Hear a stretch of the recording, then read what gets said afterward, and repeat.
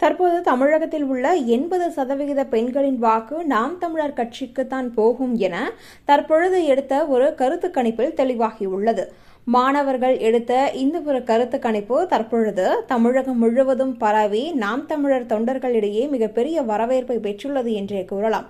கல்லூரி மாணவர்கள் இந்த நாடாளுமன்ற தேர்தலாகட்டும் அல்லது சட்டமன்ற தேர்தலாகட்டும் எந்த கட்சி வெற்றி பெறும் என்ற ஒரு கருத்து கணிப்பை எடுத்துள்ளனர். அதிலும் குறிப்பாக 2026ஆம் ஆண்டு நாம் தமிழர் கட்சிதான் மிகப்பெரிய வாக்குகளை பெற்று மிகப்பெரிய இடத்தை பிடிக்கும் என பலரும் கூறப்பட்டு வரும் இந்த ஒரு சூழ்நிலையில் கல்லூரி மாணவர்கள் தற்பொழுது இந்த ஒரு கருத்து கணிப்பை எடுத்துள்ளனர்.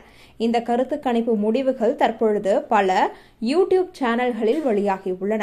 அதிலும் குறிப்பாக தமிழகத்தில் உள்ள 80% மக்கள், அதாவது குறிப்பாக பெண்கள் மட்டுமே இந்த நாம் தமிழர் கட்சிக்கு எங்களின் ஓட்டு இருக்கும் என கூறியுள்ளனர். இது மிகப்பெரிய ஒன்றாகவே பார்க்கப்பட்டு வருகிறது.